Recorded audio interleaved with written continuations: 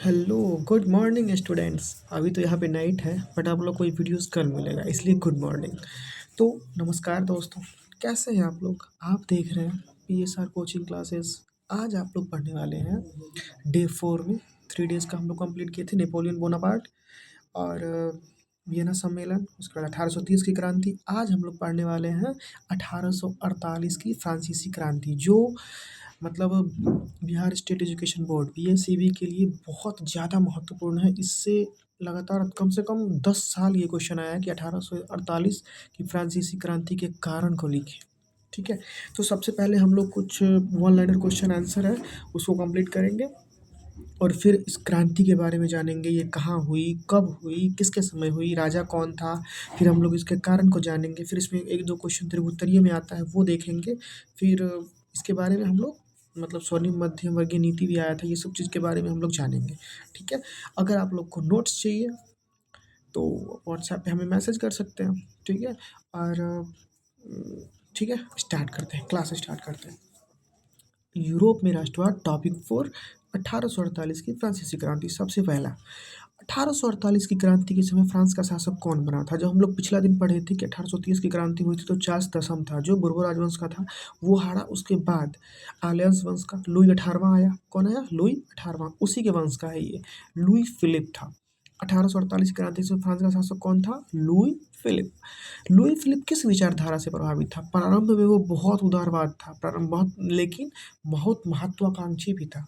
मतलब वो प्रारंभ में उदारवाद था, लेकिन धीरे धीरे करके वो निरंकुश होता जा रहा था। ठीक है, लुई फिलिप ने 1840 में किसे प्रधानमंत्री नियुक्त किया था? बहुत इंपॉर्टेंट क्वेश्चन।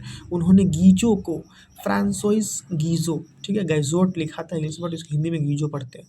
तो लुई फिलिप ने 1840 में गीजो को प्रधानमंत्री बनाया था। कब? 1840 में। गीजो किस विचारधारा का समर्थक था? तो कट्टर प्रतिक्रियावादी विचारधारा का समर्थक था वो, बहुत कट्टर प्रतिक्रियावादी था वो। लुई फिलिप की कौन सी नीति मध्यम वर्ग को खुश करने के लिए आई थी? स्वर्णिम मध्यम वर्गीय नीति। ये क्वेश्चन आया था कि स्वर्णिम मध्यम वर्गीय नीति किस राजा ने लागू की थी? तो लुई फिलिप।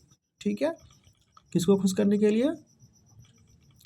चलिए, इसके बाद लुई फिलिप के पास किस प्रकार का कार्यक्रम नहीं था? कोई ठोस सुधारात्मक कार्यक्रम नहीं था उसके यहाँ। कोई मतलब विदेश नीति नहीं थी, कोई सुधारात्मक कार्यक्रम नहीं था। उसने सीधा एक प्रतिक्रियावादी गीजो को प्रधानमंत्री बना दिया 1840 में। ठीक है, और शुरुआत में उसने एक स्वर्णिम मध्य वर्गीय नीति लाई थी, बट धीरे धीरे करके वो भी सब खराब होते जा रहा था। विदेश नीति में भी उसे कोई सफलता नहीं मिल रही थी। भूखमरी सॉरी, भुखमरी और बेरोजगारी भी बढ़ती जा रही थी।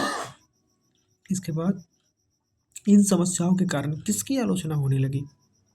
थोड़ा बुखार है आज, फिर भी क्लास खा रहे हैं, कोई बात नहीं, आप लोग के लिए तो जान हाजिर है। लुई फिलिप के शासनकाल में कौन कौन सी समस्याएं बढ़ी? भुखमरी बढ़ी, विदेश नीति नहीं था, कोई सुधार का कार्यक्रम नहीं था।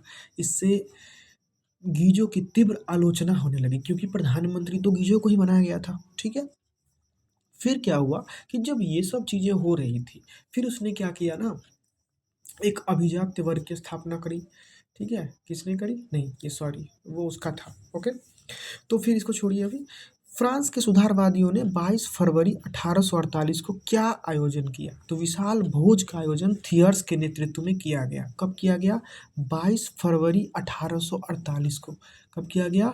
22 फरवरी 1848। हुआ ये ना कि 1840 की बात है। मतलब राजा तो लुई फिलिप थे, उन्होंने बनाया गीजो को प्रधानमंत्री बना दिया। अब वो शुरुआत में राजा वो बहुत अच्छे थे, उदारवादी वगैरह जो भी था वो सब थे, लेकिन धीरे धीरे करके वो निरंकुश होते जा रहे थे। उन्होंने गीजो को प्रतिक्रियावादी को बनाया। वो राजा थे, उनको क्या ही पता कि क्या करना है नहीं करना है, अपने उनको लगा कि ये अच्छा काम करेगा, उसको बना दिया। ठीक है, अब वो ना कोई सुधार हो रहा था, बेरोजगारी बढ़ गई, भुखमरी बढ़ गई, कोई विदेश चीज़ में कोई सफलता नहीं मिल रही थी। यही सब चीज़ों को लेके कि हमारे देश में क्या सब हो रहा है, क्यों नहीं अच्छा चीज़ें क्यों नहीं हो रही है, सुधार क्यों नहीं हो रहा है, मेरे देश में क्या होना चाहिए, ये सब चीज़ को लेके कुछ सुधारवादियों ने 22 फरवरी 1848 को एक विशाल भोज का आयोजन किया। क्या किया? विशाल भोज का आयोजन, जिसका नेतृत्व थियर्स के नेतृत्व में था। ठीक है। और 22 फरवरी उसके बाद क्या हुआ ना कि राजा ने ना एक आदेश करके और इसे बोल दिया कि नहीं, ये आयोजन हम नहीं होने देंगे, ये आयोजन आपको नहीं करना है। इससे पूरे शहर में, पूरे मतलब विश्व में क्या हो गई, मतलब पूरे पेरिस में आंदोलन हो गया। ठीक है, पूरे पेरिस में क्या हो गया, आंदोलन हो गया। वही 22 फरवरी 1848 को ही आंदोलन हुआ, किस शहर में, पेरिस में। 22 फरवरी 1848 का जो हुआ कि हाँ विरोध है कि नहीं आपको नहीं करना है, इसका परिणाम क्या हुआ, जगह जगह पे अवरोध लगाए गए और राजा को गद्दी छोड़नी पड़ी। राजा भाग गया इंग्लैंड। कहाँ भाग गया, लुई फिलिप ने कब गद्दी त्यागी, और 24 फरवरी 1848 को, 24 फरवरी 1848 को राजा गद्दी त्याग कर वहाँ से भाग गया।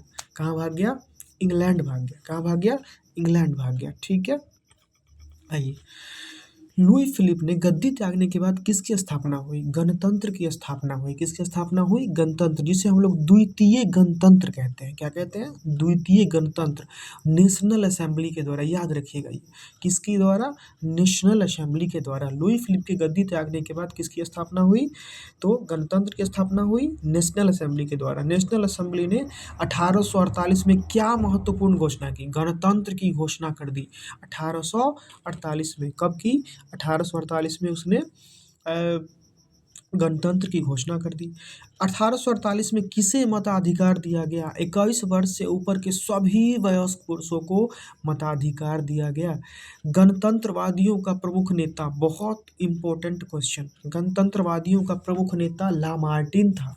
कौन था, लामार्टिन। गणतंत्रवादियों का प्रमुख नेता लामार्टिन था। सुधारवादियों का नेता कौन था, सुधारवादियों का नेता लुई ब्लां। कौन बना, तो लुई ब्लां। 1848 की क्रांति के बाद फ्रांस का राष्ट्रपति बना लुई नेपोलियन। ठीक है, मतलब 1848 की जो क्रांति हुई जिसमें लुई फिलिप भाग गया इंग्लैंड, उसके बाद वहाँ का राष्ट्रपति कौन बना, लुई नेपोलियन। 1848 की फ्रांसीसी क्रांति का मुख्य उद्देश्य क्या था, निरंकुश शासन व्यवस्था को समाप्त करके लोकतांत्रिक शासन व्यवस्था को स्थापित करना।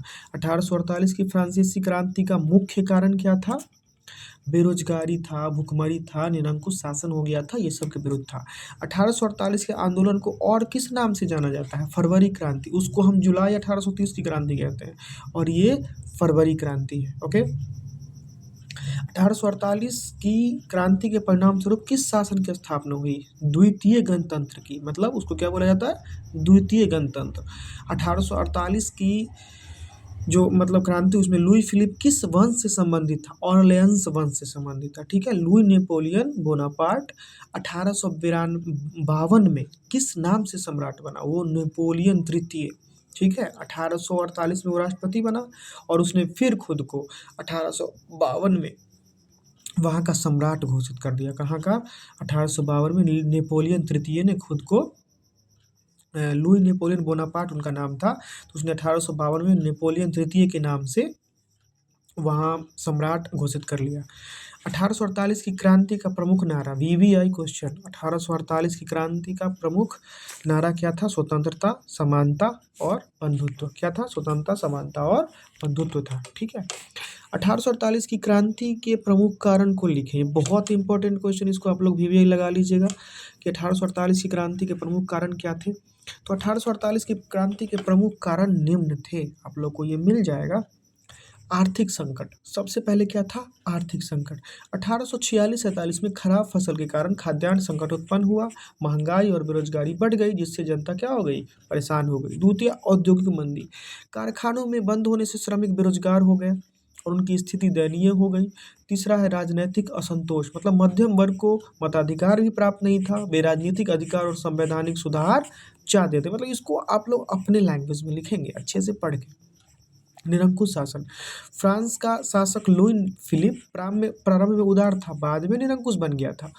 उसके बाद प्रधानमंत्री की कठोर नीति, फ्रांसवा गीजो ने सुधारों की मांग को ठुकरा दिया था और जनसभाओं पर भी क्या कर दिया था, प्रतिबंध लगा दिया था। फिर राष्ट्रवाद और उदारवाद का प्रभाव, स्वतंत्रता, समानता और बंधुत्व के विचारों से जनता प्रभावित थी और जनता की स्थापना और गणतंत्र की स्थापना करना चाहती थी। इस प्रकार से हम लोग देखते हैं कि आर्थिक संकट भी था, औद्योगिक मंदी भी था, राजनीतिक असंतोष भी था, निरंकुश शासन भी था, प्रधानमंत्री की नीति कठोर थी, राष्ट्रवाद उदारवाद का अभाव था। सब मिला जुला के 1848 क्रांति का कारण बना।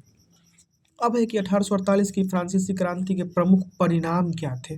ठीक है, तो फ्रांस में द्वितीय गणतंत्र की स्थापना हुई। बहुत इंपॉर्टेंट क्वेश्चन टॉपिक है ये कि फ्रांस में द्वितीय गणतंत्र की स्थापना हुई। सार्वभौमिक पुरुष मताधिकार लागू हुआ कि 21 वर्ष के जितने भी पुरुष हैं सबको मत देना है। श्रमिकों के लिए राष्ट्रीय कार्यशालाएं मतलब नेशनल वर्कशॉप्स खोली गई।